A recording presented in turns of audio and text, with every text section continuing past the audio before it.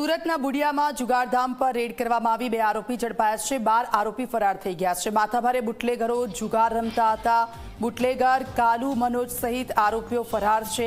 હર્ષદ ઉર્ફે હસુ જુગારધામ ચલાવતો હતો। જિગ્નેશ ઉર્ફે જીગો પણ ઝડપાયો છે।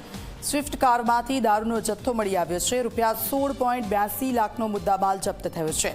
સચિન જીઆઈડીસી પોલીસે આ કાર્યવાહી કરી છે। ફરાર આરોપીઓની શોધખોળ શરૂ થઈ છે।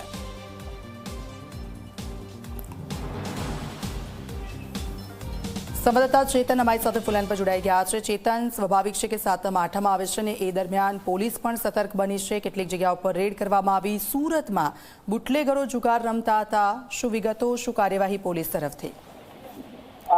જી બિલકુલ થી હાલમાં જે ત્રાવણિયા જે જુગારીઓ છે તે જુગારીઓ પોતાની ક્લબ ચલાવતા હોય છે, ત્યારે સુરત સચિન જીઆઈડીસી વિસ્તારમાં આવેલા ગભેણી વિસ્તારમાં એક મકાન ભાડે લઈને જે જુગારની જે ક્લબ છે તે ક્લબ ચલાવી રહી હતી।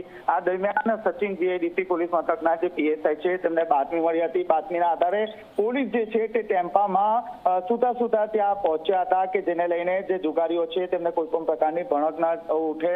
આ ઉપરાંત પોલીસે જ્યારે રેડ કરી, રેડ દરમિયાન જે જુગારીઓ છે તે ત્યાંથી ભાગી છૂટ્યા હતા, પરંતુ જે જુગાર રમાના જે હર્ષદ પટેલ અને અન્ય એક શખ્સ જે છે તેની ધરપકડ કરવામાં આવી હતી। જ્યારે જુગારની ક્લબની બહાર જે 4 થી 5 ફોર વ્હીલ જે છે તે કબજે કરવામાં આવી હતી। એક ફોર વ્હીલની અંદર જે દારૂનો જે જથ્થો છે તે પણ પોલીસે કબજે કર્યો હતો। પોલીસે અત્યાર સુધી જે છે તે 16 લાખનો જે મુદ્દામાલ છે તે કબજે કરવામાં આવ્યો છે। આ ઉપરાંત 12 થી વધુ જે જુગારીઓ છે તેમને વોન્ટેડ જાહેર કરવામાં આવ્યા છે।